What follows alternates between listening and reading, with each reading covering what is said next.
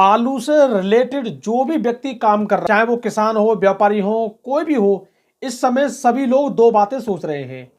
पहली बात कि आलू की पैदावार कम आए जिससे हमें पैसा मिले, आलू में ब्लाट आ जाए या और भी कोई दुर्घटना हो जाए जिसकी वजह से हमें पैसा मिले।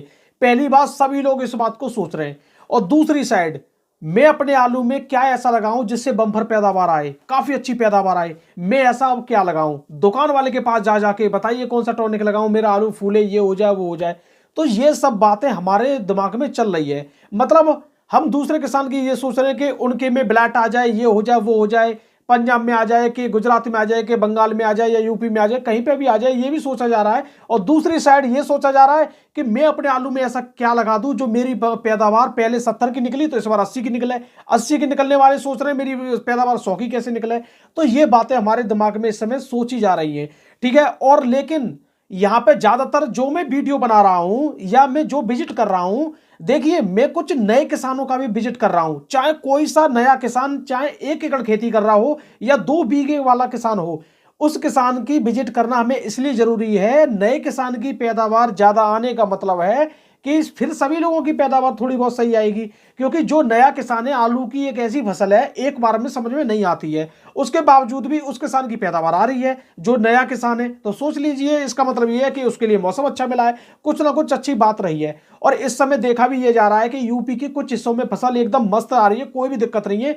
आगरा बेल्ट में तो रोगों की कहीं पे भी कोई दस्तक नहीं है। अभी अलीगढ़ में कुछ रोग देखा गया है। अब आप लोग कहेंगे कोई कौन सा रोग देखा गया है? और देखिए, अलीगढ़ में जो रोग आया था वो आया है 25 से लेके और 35 दिन के आलू में। अब काफी लोग कहेंगे कि ऐसा कौन सा रोग आ गया? वो आया था जड़गलन। अलीगढ़ में सबसे ज्यादा धान के खेत में आलू होता है, जिसकी वजह से धान वाले खेतों में तो ज्यादातर सभी खेतों में जड़गलन की शिकायत देखी गई थी, और सबसे ज्यादा 37-97 वैरायटी में, ठीक है। अब जड़गलन की वजह से काफी किसान भाइयों ने 2-2 बार भी स्प्रे कर रखी है। अभी मैं आपको कुछ ऐसी बातें बताऊंगा इस वीडियो में जो काफी ज्यादा यहाँ पे सोचने समझने वाली बात है। आज मैंने एक वीडियो डाली है अपने आलू में, मैं दूसरी स्प्रे जो लगा रहा हूं उसके बारे में मैंने डाली है, और मैंने वीडियो में ये भी बोला है जो मैं लगा रहा हूं या जो मैं बता रहा हूं, जरूरी नहीं है कि इसी फंगीसाइड को, इसी दवाई को आप भी लगाओगे। जब तक मैं पूरी तरह दवाई का रिजल्ट नहीं देख लेता, मैं दूसरे को ज्यादातर वैसी सलाह नहीं देता हूं कि आपको ही लगानी है यही दवाई। मैं इसलिए नहीं दे रहा हूं क्योंकि देखिए, हर जगह रोग अलग होते हैं, हर जगह बीमारी अलग होती है। कहने का मतलब यह है कि आगरा में M45 से लोग आलू को निकाल ले जाते हैं, और आगरा में कुछ खेतों में दवाई लगाने की भी जरूरत नहीं है, उनके आलू पक जाते हैं। लेकिन अलीगढ़ के कुछ ऐसे हिस्से बिना दवाई के तो उनमें कोई भी एक भी आलू कोई निकाल ही नहीं सकता है। इस बात का चैलेंज है। और देखिए, आज मुझे काफी एक मैंने जो वीडियो डाली है अपने आलू में जो मैं लगा रहा हूं दूसरे स्प्रे में, उसके बाद तो मुझे कुछ कमेंट आई है, तो मुझे बड़ी, इस कमेंट को पढ़ने के बाद मुझे कुछ हंसी भी आ रही है। तो मैं आपको ये थोड़ा 1 सेकंड के लिए बताना चाहूंगा। यहाँ पर रामधारी जी हैं जिन्होंने बताया है, ये वीडियो दिखाने का कोई मतलब समझ में नहीं आ रहा, प्रचार करना है तो दवाई वालों का खुल के प्रचार कर लो, ये बोलना चाह रहे हैं। फिर हमने इनको बोला है कुछ, उसके बाद इन्होंने हमें दोबारा कमेंट की है कि मैं कैसी बात कर रहे हो, मैं बता रहा हूं, मैं अपने आलू की स्प्रे NPK 5234 बोरोन और लिक्विड सागरिका के अलावा कुछ नहीं लगाता हूं। यानी 5234 और बोरोन, लिक्विड सागरिका, यही चीज लगाते हैं, इसके अलावा ये कुछ नहीं लगाते हैं। और पिछले 4 सालों से, और इससे पहले कोई स्प्रे नहीं दिया करता था। यानी ये 4 साल से इन्होंने NPK वगैरह लगाना शुरू किया, उससे पहले तो ये कुछ भी नहीं देते थे। और इनकी जो खेती है उसमें कभी ब्लैट भी नहीं आती थी, ठीक है, पिछले 15 सालों तक ना कोई फंगीसाइड ना कुछ है। और ये बाद में ये लिख रहे हैं NPK 5234 और 0050 फंगीसाइड का काम करता है। अब ऐसे किसान भाइयों को कौन समझाए? अलीगढ़ में हमारे क्षेत्र में आके खेती कर लें, पता चल जाएगी आप 005234 और लिक्विड सागरिका से कितनी खेती कर रहे हो।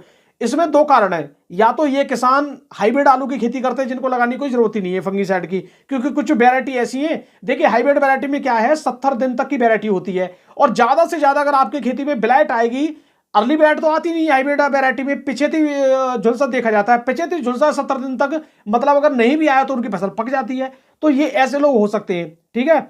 अब देखिए, रही बात इनकी कि कंपनी के लिए आप प्रचार करो या और किसी के लिए, तो मैं आप लोगों को एक चीज बता दूं, फिलहाल आजकल वो यूट्यूब वाले काफी अच्छे हैं आज की डेट में, जो यूट्यूब वाले अपने खेत में क्या लगा रहे हैं, अपनी दवाई क्या लगा रहे हैं, ये किसी को नहीं बता रहे हैं। वो यूट्यूब वाले बहुत अच्छे हैं। जो भी व्यक्ति आज की डेट में ईमानदारी से कोई काम करना चाहता है तो उसमें खुजली ज्यादा की जाती है। इनकी कमेंट से हमें ये सीखने को यहाँ पे मिल रहा है, ठीक। तो किसान भाइयों, ऐसे लोगों के लिए तो फिलहाल मैं यही धन्यवाद करना चाहूंगा कि इन्होंने फिर भी हमें कमेंट किया, इनका बहुत बहुत धन्यवाद है। और शायद हो सकता है आज इन्होंने, जरूर नहीं है कि हमारी पहली वीडियो देखी, इन्होंने पहले भी देखी होंगी, तो कोई बात नहीं है। देखिए सभी लोगों का अपना अपना मन होता है, हर किसी को मैं खुश नहीं कर सकता हूं, इस बात को मैं जानता हूं, और थोड़ी ईमानदारी में ये प्रॉब्लम देखने को मिलती है। अब बात करते हैं किसान भाइयों यहाँ पे कुछ बंगाल और गुजरात के बारे में, यहाँ पे मैं बात करना चाहूंगा। अब देखिए मैं आपको यहाँ बंगाल के बारे में एक इंटरेस्टिंग बात बता रहा हूँ। बंगाल की कहानी और गुजरात की कहानी काफी मैच कर रही है, लेकिन काफी लोग जो बिजनेस करते हैं आलू के बारे में, या कोई व्यापारी बड़े बड़े होते हैं, वो इन चीजों का दिमाग बहुत तेजी से लगा लेते हैं कि कुछ ना कुछ यहाँ पे अलग चीज रिपीट की जा रही है। लेकिन हमारे किसान भाई या छोटे मोटे जो लोग होते हैं, जो छोटा मोटा इन्वेस्ट करते हैं, वो इन चीजों को समझ नहीं पाते। देखिए पंजाब में क्या उसमें गुजरात में क्या हुआ, बारिश पड़ी, गुजरात के कोल्डो में आलू भी नहीं था, फिर आलू एकदम 1200 रुपए तक पहुंचा, और पहुंचने के बाद जैसे ही आगरा से या कहीं से भी आलू पहुंचा एकदम मार्केट डाउन। और वही कंडीशन हुई थी बंगाल में, एकदम बारिश पड़ी, बहुत ज्यादा बारिश पड़ी, मार्केट ऊपर उठा, ऊपर गया, ऊपर जाने के बाद 2-4 दिन बाद ही मार्केट डाउन। लेकिन इस बीच में भी फिर काफी लोगों को यह कह के रोका जा रहा था मार्केट और जाएगा, अभी दोबारा आएगा, नीचे जा रहा जाने दो, फिर दोबारा आएगा, उठ के आएगा, ये किया जाएगा, वो किया जाएगा। उस बीच में मैं बार बार कई बार वीडियो में मैंने बोला है कि अपने आलू को 2 भाग में डिवाइड कर लो। अगर आपके आलू में अभी 100 रुपए का मार्जिन मिल रहा है, 100 रुपए पैकेट बचत हो रही है पिछले कुछ भाव के अपेक्षा, तो आधा अभी बेच लो, आधे बाद में बेच लेना। लेकिन नहीं, मार्केट लौटेगा, मार्केट लौटने की जगह बार बार 10-20 रुपए 10-20 रुपए करके आज तुम्हारे बंगाल का मार्केट काफी डाउन हो चुका है। हमारे किसान भाइयों को जो भी मिल रहा था उसमें से भी लगभग उल्टा माइनस हो चुका है। अगर आप पहले ही आधे पैकेट को प्लस में बेच चुके होते, आज मान लो माइनस हो गया, तो आपका इजिकल टू 0 होता, आपको नुकसान नहीं होता यहाँ। और मेरी बात को ध्यान कीजिए, पिछली वीडियो को देखिए, बंगाल के बारे में मैंने जो बताई है उसमें मैंने साफ साफ बोला है मार्केट को सेव कर लो, अपने मार्केट को सेव कर लो, अपने आलू को सेव कर लो, ये शब्द बोले हैं मैंने। लेकिन काफी लोग इस चीज के बारे में शायद हल्के में ले जाते हैं। और देखिए मैं कितनी बार बोल चुका हूं, काफी लोग अगर हमारी एज को लेकर, अगर उन्हें कोई प्रॉब्लम हो रही है एज को लेकर के, भाई ये बंदा कैसे बता पा रहा हमें, तो वो खुद अपने आप में गलतफहमी में। आज की आधुनिक इसमें छोटे छोटे लोग 20-20, 25-25, 30-30 साल के तो आईपीएस अधिकारी बनने, तो इसका मतलब ये नहीं है कि उसे आईपीएस अधिकारी की कोई नॉलेज नहीं है, इसका मतलब ये नहीं होता। ठीक है, तो इन चीजों को आप लोगों को समझना पड़ेगा। ये मार्केट है, मार्केट में कोई भी उम्र नहीं होती है समझने की। जो भी व्यक्ति इसमें इसको अच्छी तरह समझ लेता है वही फायदा ले जाता है, और इसकी कुछ स्ट्रेटेजी भी होती है, इसके बारे में आगे कभी बात करेंगे। तो बंगाल में आज देखिए मार्केट की बात करूं, मेमारी में 720 रुपए आज मार्केट बिका है, लगभग 40 रुपए के डाउन के साथ में बिका है। कल 770 रुपए था। दासपुर में 730 रुपए है, आज 20 रुपए का डाउन रहा है। और कालना में 660 रुपए का, यहाँ पे 20 रुपए डाउन हुआ है। और कुमरोल में यहाँ पे लमसम सेम मार्केट रहा है। और ये तुम्हारा अब मैं किसान भाइयों सिंगूर की बात करूं, यहाँ पे भी लगभग सेम मार्केट रहा है, 600-630 रुपए तक। देखिए यहाँ पे मैं कुछ और भी बात करूंगा अभी, लेकिन उससे पहले बता दूं अब बंगाल के लोगों को क्या करना चाहिए। देखिए बंगाल के लोगों को 25 दिसंबर के आसपास तक बस वेट करना चाहिए, उसके बाद मार्केट में धीरे धीरे अपना आलू जरूर निकालना चाहिए। यहाँ पे बात क्या है, आलू में अब दोबारा तेजी कब आएगी।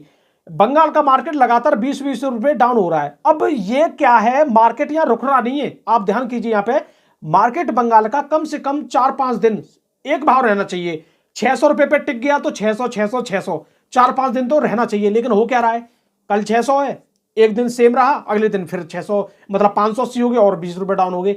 देखिए बंगाल के मार्केट में क्या हो रहा है, बंगाल का मार्केट धीरे धीरे 10 रुपए 20 रुपए 30 रुपए ऐसे करके नीचे जा रहा है। अब जब तक ये मार्केट रुकेगा नहीं, मार्केट में यही चीज आपको देखने को मिलेगा, ये गिरने का ट्रेंड चल रहा है इस समय। जब तक ये इसका बेस नहीं बनेगा, मार्केट स्थिर नहीं होगा 4-5 दिन तक, जब तक कुछ अपने आप में प्रतिक्रिया नहीं दिखाएगा।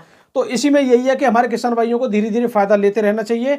और अगर इंतजार करना चाह रहे हो तो 25-26 तारीख तक आप इंतजार कर सकते हो, क्योंकि उसके बाद आप लोगों को आलू का और दबाव देखने को मिल सकता है। अगर मार्केट में और आलू आया तो, अगर यहाँ से कुछ बांग्लादेश या कुछ यहाँ पे और जगह एक्सपोर्ट होने लगा या और कहीं भी जाने लगा, कहीं से डिमांड आई, तो आप लोगों को हो सकता है 10-20 रुपए का और भी फायदा यहाँ पे मिल भी सकता है। तो बंगाल के लोगों को इस समय अपने आलू पे बहुत तेजी से नजर बनाए रखनी चाहिए। और अभी देखिए हमारे पास ये इन्फॉर्मेशन तो नहीं मिली है कि दोबारा उन्होंने कितना आलू बोया है या नहीं बोया है। अब मैं यहाँ पे कुछ पंजाब के बारे में, हरियाणा के बारे में बात कर लूं। देखिए अभी ब्लाइट का काफी ज्यादा प्रकोप उधर देखा गया था।